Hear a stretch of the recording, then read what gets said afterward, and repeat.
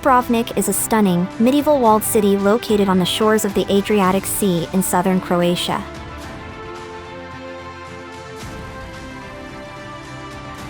Often referred to as the Pearl of the Adriatic, Dubrovnik is renowned for its picturesque old town, which boasts well-preserved Gothic, Renaissance and Baroque architecture, narrow cobblestone streets, and red-tiled roofs. A UNESCO World Heritage Site since 1979, Dubrovnik is a popular tourist destination and an important cultural and economic center in the region.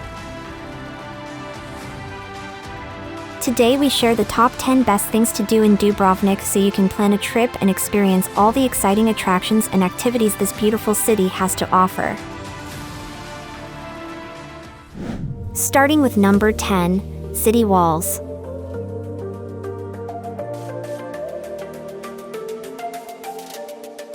Dubrovnik's imperious walls are one of the things that qualified the city for UNESCO listing, and if you watch Game of Thrones, you'll recognize several locations. These white limestone defenses go back to the 600s, but their current form dates to the 15th century when the fall of Constantinople was all the warning Dubrovnik's officials needed that the Ottomans were on their way.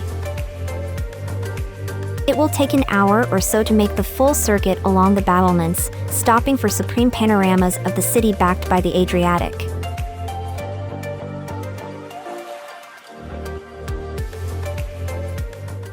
At number 9 is the Old Town.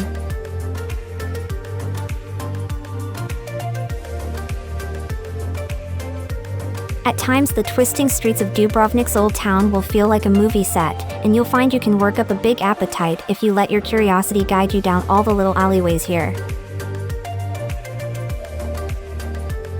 You can get your bearings on Plaka, Old Dubrovnik's main street, a straight and broad limestone channel beneath grand old houses. As you walk, you'll notice that nearly all of these buildings share the same floor plan, and that's because of a citywide decree on building designs following an earthquake and fire in the 17th century. At number 8, Cable Car.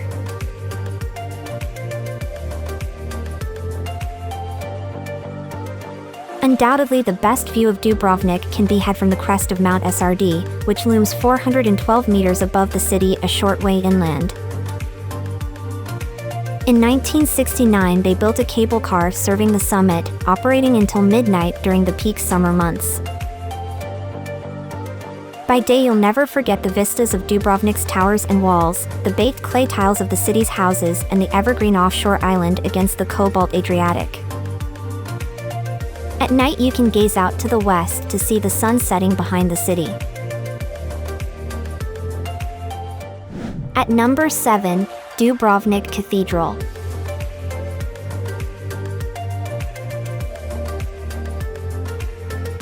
The city's cathedral is one of Dubrovnik's large ensembles of Baroque architecture.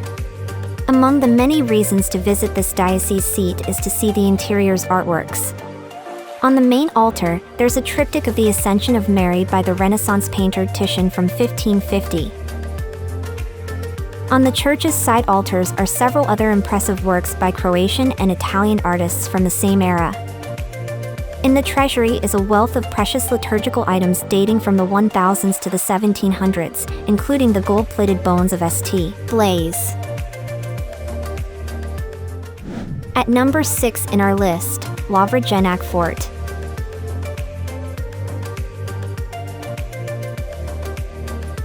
One of Dubrovnik's picture book defensive installations is guarding a tall spur 40 meters above the sea. Lovrijenac earned its place in the city's folklore during the long skirmishes with the Venetians. The invaders had attempted to build an outpost here as part of their campaign to take the city, but the locals beat them to it, erecting this fortress in just 3 months at the start of the 11th century. If you're in town for the summertime festival of Dubrovnik, be sure to catch the performance of Hamlet at this majestic venue.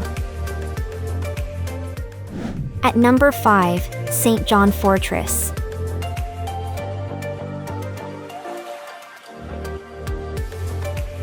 Part of the city walls, St. John Fortress is on the southeastern side of the defenses protecting Dubrovnik's port. Dubrovnik was vulnerable to pirate raids for hundreds of years, so they devised a smart deterrent. When the warning was sent out, they'd lift a heavy metal chain from this fortress to the quay's jetty in the port to damage ships.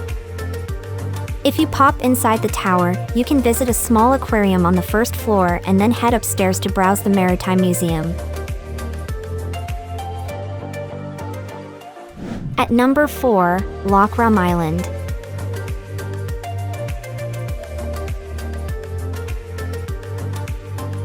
You can catch a ferry from the port to this island opposite Dubrovnik throughout the day. It will take 10 minutes to get there, and it's a swift way to escape the crowds and take a breather. The island is covered almost entirely with deep green pine forests that you can track through via walking trails. These walking routes also lead to the coast, where you'll come across rocky coves with waters ideal for swimming and even families of peacocks brought to the island by Maximilian, the 19th century Austrian Archduke. At number 3 in our list, kayaking in Dubrovnik.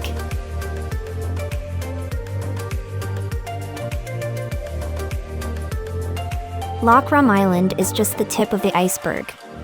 A world of islands awaits you off the coast of Dubrovnik, starting with the pristine nature reserves of the Elefite archipelago. Many charter agencies are located at the marina should you want to hire a motorboat for the day or wait anchor on a serious sailing trip. For something closer, you could take a sea kayak tour to see Dubrovnik's walls and towers differently. You don't need to be an Olympian to participate, as the pace is slow and leisurely, with English-speaking guides filling you in on the essentials.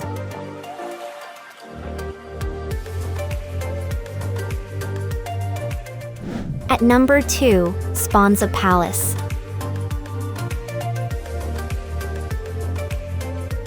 This rectangular palace with handsome loggia is from the early 1500s and has been a secular public building since it was built. The atrium within the building's gate was a place of business for merchants and traders up to the 20th century, and there's even an inscription in the arch warning them not to rip each other off.